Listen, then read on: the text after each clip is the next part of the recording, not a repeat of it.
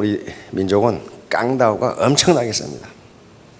그래서 깡다구만 가지시면 성공할 수 있어요. 왜냐하면 시스템 자체가 성공할 수 있는 시스템을 갖추고 있으니까 그렇지, 성공할 수 있는 시스템이 객관적 시스템이 아닌데 깡다구를 가지면 어떻게 되느냐? 그건 죽어. 그건 깡다구가 죽어요. 그래서 저는 감히 여러분들에게 권장하는 게 깡다구, 즉 광개토 대왕이 가지셨던 웅운, 그리고 우리 이순신 장군이 가지고 계셨던 필사즉생의 정신,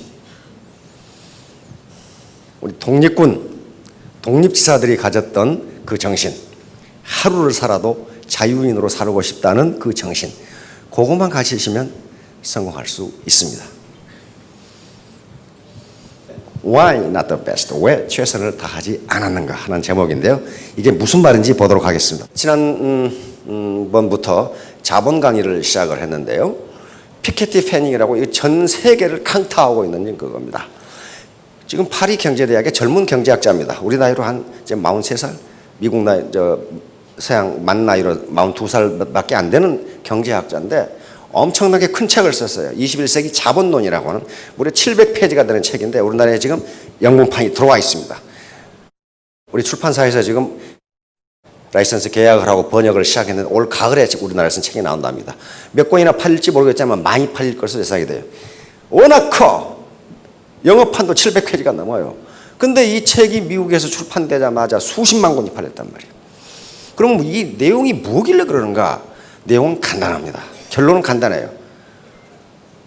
자본이 돈을 버는 속도가 노동이 돈을 버는 속도보다 빠르기 때문에 자본을 가진 자는 점점 부자가 되고 노동만 있는 놈은 평생 가난뱅이로 산다.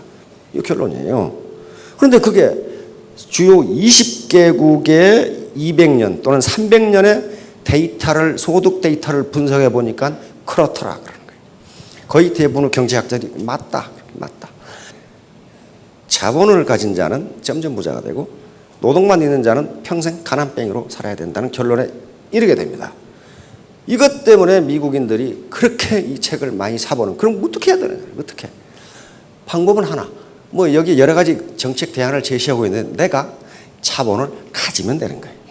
그렇잖아요. 자본을 가지고, 근데 자본이 뭐냐 하는 게 문제예요.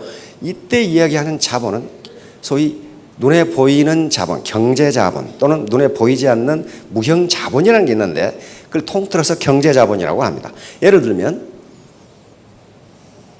우리 아버지가 삼국지를 써놓고 판권을 가지고 계시는데 돌아가셨다. 그 판권을 나에게 상속하셨다. 그럼 평생 일 안 하셔도 돼요. 로열티가 들어오잖아요. 전번에 우리나라에 많이 팔리는 삼국지를 쓴 이모 씨가 제가 10년 전에 TV에서 기자가 그 삼국지 번역하셔가지고 쓰셔가지고 지금까지 얼마나 버셨어요? 그러니까 100억 그러더라고. 그러면 그 뒤로 더 벌었어. 그러니까 그걸 여러분들이 물려받았다고 생각하면 가만히 있어도 1년에 한 5억 이렇게 들어온다. 지금 또 어떤 상표권이라든가 기술개발 특허권을 가지고 있다면 그런 것들을 전부 다 자본이라고 그래. 그걸 가지고 있으면 소득이 들어와요. 당연하잖아요. 소득이 들어와요. 그런데 그런 것이 없는 분들은 어떡할 거냐 하는 거예요. 그 경제자본이 없는 분들은 다른 자본을 축적할 수밖에 없다는 거예요. 그래서 애터미에서의 강의 과정은 전부 자본 축적 과정이에요. 미국 사람들이 그려놓은 그림입니다. 이쪽은 캐딜락에다가 부모를 태우고 달리는데 이놈은 리아카에다 노부모 싣고 목에다가 줄 걸고 달리려고 이러고 있어 지금. 누가 이게 누가? 자동차 타고 달리는데 새 놈은 말라깽이가 자동차 따라가겠다고 뛰고 있어. 이건 자본을 가진 사람이고 노동밖에 없는 사람이에요. 따라갈 수가 없다는 거예요. 시간이 지날수록 어떻게 됩니까? 간격이 벌어져요. 그러면 우리가 절망하고 있다고 되는 일이 아니에요. 되는 일이 아니고 우리가 자본을 축적하면 되는 거예요. 축적. 자본을 축적하지 않으면 경제적 자유를 얻을 수 없다는 것이다. 여러분들 하루를 살아도 경제적 자유를 가지고 살고 싶지 않으시냐고. 그렇다면은 독립운동하는 것처럼 해야지 허리멍텅하니 그렇게 해가지고는 무슨 일을 해도 안 돼. 무슨 일. 연애를 해도 안 돼. 그렇게 해가지고는 안 돼요. 사정없이 돌격전으로 해야 자기가 좋아하는 총각이든지 처녀든지 자기 것으로 만들지. 안 돼요. 흐리멍텅 해가지고 저쪽에서 나를 좋아해 주겠지. 안 좋아해 준다니까. 왜 최선을 다하지 않았는가? 여기에 나오는 말입니다. 여러분, 지미 카터 대통령 아시죠? 미국의 대통령이었습니다. 그런데 이 카터 대통령은 해군사관학교, 미 해군사관학교 출신입니다. 그런데 이 당시에 리코버 제독이라는 분이 미국의 핵 잠수함 전단을 만들고 있었어요. 지금 초기예요, 초기. 리코버 제독도 역시 해군사관학교를 나왔는데 역시 콜롬비아 대학에 가서 전자공학을 전공한 학자입니다. 그래서 이분이 미국의 핵 잠수함을 지금 만들고 있었다고. 그래서 지미 카터는 꿈이 뭐냐 하면은 내가 해군 핵 잠수함의 함장, 핵 잠수함의 제독이 돼서 전 세계에 미국의 힘을 과시하는 게 자기 꿈이었어요. 그래서 요 카터가 중2 때 이 리코버 장군에게 가서 면접을 합니다. 내가 핵 잠수함에 근무하는 장교가 되겠습니다. 그런데 이 리코버 제독은 까다롭기가 그지없는 양반이에요. 면접을 그렇게 깐깐하게, 요놈이 과연 자격이 있는 놈인지. 그러니까 카터 중위에게 계속 물어요. 해군 전략, 네가 가지고 있는 생각, 이걸 계속 물으니까 계속 답변을 했지. 그러다가 느닷없이 자네 그 사관생도 생활은 좋았나? 이렇게 이제 딱 분위기가 풀어진 거예요. 그러니까 둘 다 사관생도 출신이니까, 해군사관학교 출신이니까 화기애애하게 이야기를 하다가, 근데 자네 몇 등으로 졸업했나? 이렇게 물어봤어요. 그런데 카터는 공부를 매우 잘했습니다. 매우 잘해서 미국의 사관학교는 육해공군사관학교 전부 입학 정원이 1000명입니다. 그러니까 4학년까지 하면 4000명, 굉장히 커요. 그런데 카터는 이 당시에 820명이 졸업했는데 59등을 했으니까 공부를 굉장히 잘했어요. 어려서부터 공부를 잘했답니다. 머리가 영특해서. 그래서 아주 당당하게 대답했어요. 저 59등 했습니다. 그래, 리코버 제독이 그게 자네가 최선을 다한 건가? 가만히 생각해 보니까 최선을 다한 것 같지는 않아. 그래서 크게 꾸짖음을 받습니다. 그때 리코버 제독이 한 말이 Why not the best? 왜 최선을 다하지 않았냐? 그러니까 리코버 제독이 카터에게 물어본 것은 성적이 좋았느냐 좋지 않았느냐가 지금 그걸 알려고 한 게 아니에요. 그것이 네가 최선을 다한 결과이냐, 요걸 지금 알고 싶은 거예요. 무슨 일을 하든지 최선을 다해야지 대충 얼렁뚱땅 해가지고는 안 된다는 개념입니다. 그래서 이 Why not the best는 카터 대통령의 좌우명이 됩니다. 이때 바로 많은 사람들은 어이구 혼났네, 큰일 날 뻔했네, 그렇게 느낄 텐데 카터는 내가 앞으로는 무슨 일을 하든지 최선을 다해야 돼, 이렇게 생각한 거예요. 그러니까 똑같은 말인데 받아들인 사람에 따라서 다르다는 거예요. 카터는 그렇게 받아들였어요. 카터는 해군에 들어가서 핵잠수함의 함장이 되려고 했는데 카터가 장남인데 아버지가 갑자기 돌아가셔 버렸어요. 미국도 장남이 가업을 이어받습니다. 아버지가 조지아주에서 땅콩 농장을 하고 있었어요. 그래서 갑자기 해군대위가 땅콩 농장으로 간 거예요. 전역을 하고 꿈을 버리고 아버지 가업을 지어야 되거든. 가보니까 아주 빚투성이야, 빚투성이. 빚을 다 갖고 나니까 어떻게 됐느냐, 알거지가 됐어, 알거지가. 그러나 카터의 좌우명이 있어요. 뭡니까?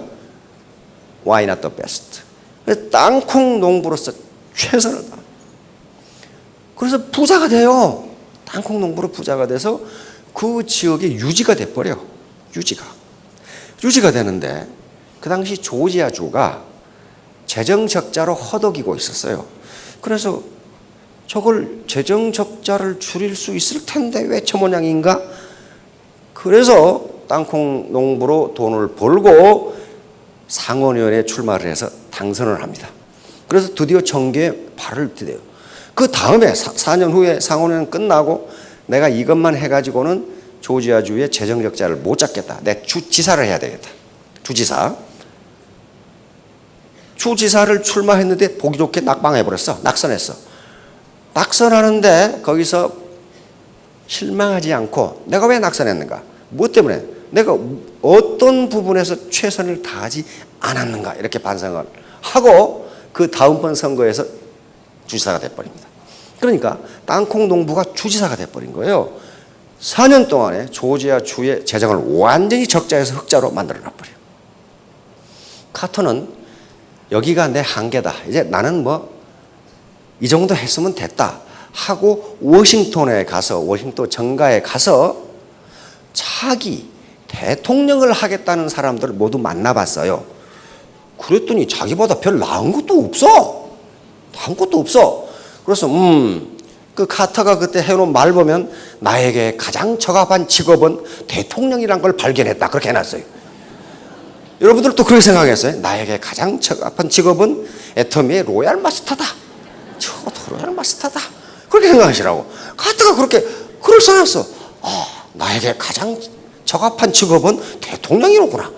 그래서 워싱턴에서 대통령에 출마하겠다고 선언을 합니다. 미국은 예비선거가 있죠. 당에서 선거를 해 다시. 그래서 대통령 후보를 뽑는 선거가 있죠. 그런데 이때 대통령 선거에 출마하겠다고 하자 미국인들을 즐겁게 해줍니다. 왜냐하면 좋은 코미디감으로 카터가 등장했어요. 조지아 땅콩 농부가 대통령이 되겠단다. 저도 그 코미디를 봤어. 재미가 없는 시대에 참 재미있게 해주는 놈이 나타났다. 그렇게. 대통령 기자회견도 아주 인상적이야. 나는 내 아내를 사랑하고 내 자식들을 사랑한다. 그리고 미국을 사랑한다. 그래서 내가 대통령을 하려고 한다. 그게 끝. 그러면 됐지. 아내를 사랑하고 자식을 사랑하고 미국을 사랑하면 됐잖아요. 거기다 술과 여자를 사랑하면 문제가 되거든 그게. 자, 그런데 카터는 어떻게 생각했느냐? 신문에서 전부 언론이 카터가 누구야? 이렇게 나온 거예요. 몰라. 조지아 촌 사람이 대통령을 하겠다고 그러니까. 워싱턴에 기라성 같은 인물이 많은데 지가 하겠다 이게. 카터는 어떻게 생각했냐? 예비선거할 때 미국은 맨 먼저 선거하는 지역이 있고 이렇게 순서대로 해나가요. 법에 따라서. 그런데 맨 먼저 선거하는 지역이 인구가 작아. 인구가 작아. 거기에 최선을 다해서 그냥 집중적으로 선거운동을 해버린 거야. 그런데 거기서 1등을 해버렸어. 그러니까 언론이 깜짝 놀란 거예요. 그러니까 수가 적으니까 선거운동하기 좋잖아요. 언론이 깜짝 놀라가지고 카터가 누구야 이거. 그러니까 어때요? 그 뒤부터는 언론이 카터에 대해서 보도를 그냥 사정없이 해져 있으니까 승승장구해가지고 대통령까지 돼버려요. 그러니까 단순해요. 리코버 제독이 Why not the best? 왜 네 최선을 다하지 않느냐. 그걸 계속 생각. 자, 그렇게 해서 미국의 대통령까지 됩니다. 그런데 재선에 떨어져 버려요. 레이건하고 해가지고 이 당시 재수가 매우 안 좋았어요. 여러 가지 이 문제가 나오니까 소련이 아프가니스탄을 침공해가지고 난리를 치고 있는데 카터는 도덕 외교라고 외치고 있고 그러니까 미국인들이 자존심이 상해서 소련이 그러고 있을 때 너는 뭐하냐 이거예요.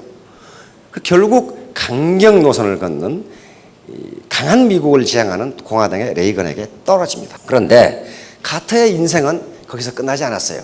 카터가 그렇게 대통령직을 물러나니까 미국 역사상 최악의 대통령이 막 이렇게 되는 거예요. 카터의 철학을 몰랐어요. 카터는 그런 게 아니었거든. 카터의 철학을 몰라서 시대가 따라주지 않았어요.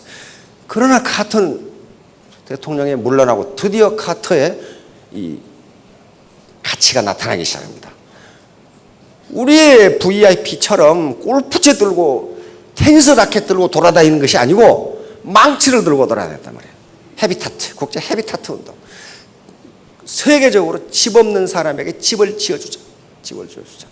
직접 부인하고 같이 옆부인 전 세계를 돌아다니면서 가난한 사람들을 위해서 헤비타트, 집을 지어줬단 말이에요. 우리나라에서 집 많이 지었어요. 카터 대통령 우리나라에서 108채인가 지었어. 그거 다 기증하고 갔어요. 이 운동, 그리고 세계 평화운동, 그리고 질병 퇴치운동, 가난 퇴치운동을 전 세계에 앞장을 서가지고 이 노 부부가 해제끼는 거예요. 그래서 스웨덴에서는 노벨상을 줍니다. 대통령을 잘했다고 노벨상을 준 게 아니에요. 전 세계 가난한 사람을 위해서 집을 짓고 질병을 퇴치하고 이 문명을 퇴치하고 이 운동을 계속해 온 거예요. 계속해 온 거예요. 그래서 2002년에 노벨상을 받게 됩니다. 이때 나이가 80세였어요. 80세. 그때 우리나라에 망치 들고 오셨다니까 이분이. 이때 와서 기자가 물었어. 앞으로도 뭐 나이가 많으신데 뭐 하실 겁니까? 그러니까 나는 겨우 80살이다. 여기 혹시 겨우 80살 되신 분? 겨우 80살이다. 그러니까 앞으로도 할 일이 많다. 그렇게 생각했어요. 여기 7학년도 계시겠지만 나는 겨우 7학년이다. 그렇게 생각하시라고요. 7학년이다. 지금 90세가 넘었어요. 90세 넘었는데 지금도 망치 들고 다녀.